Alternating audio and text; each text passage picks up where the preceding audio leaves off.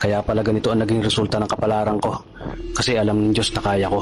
Sa edad kong to, napagod na akong magmadali. Kaya lahat ng ginagawa ko ngayon, ini-enjoy ko na lang. Siguro sa dami na rin ng aking pinagdaanan, napagtanto ko na ang buhay ay mas malawak at mas mahiwaga pa sa mga problemang dumarating sa buhay natin. Tumatanda na tayo, baka sa kakahabol natin sa masagana at maayos na buhay, ay hindi na natin na-enjoy ang buhay. Baka nabubuhay na lang tayo dahil nape-pressure tayo sa sasabihin ng ibang tao. Marami na rin akong mga naging maling desisyon sa buhay, pero lahat yun nagsilbing aral sa akin at natuto ako sa mga pagkakamali ko. May mga taong sobra nating mamahalin at bibigyan ng halaga, pero ibabalik lang sa atin ay kabiguan at matinding trauma. Kaya wag nating lilingunin ng mga taong tulad nila dahil mas payapa kapag hindi ka na interesadong malaman pa kung ano pang balita sa kanila. At wag mong idepende ang sarili mo sa kahit kanino.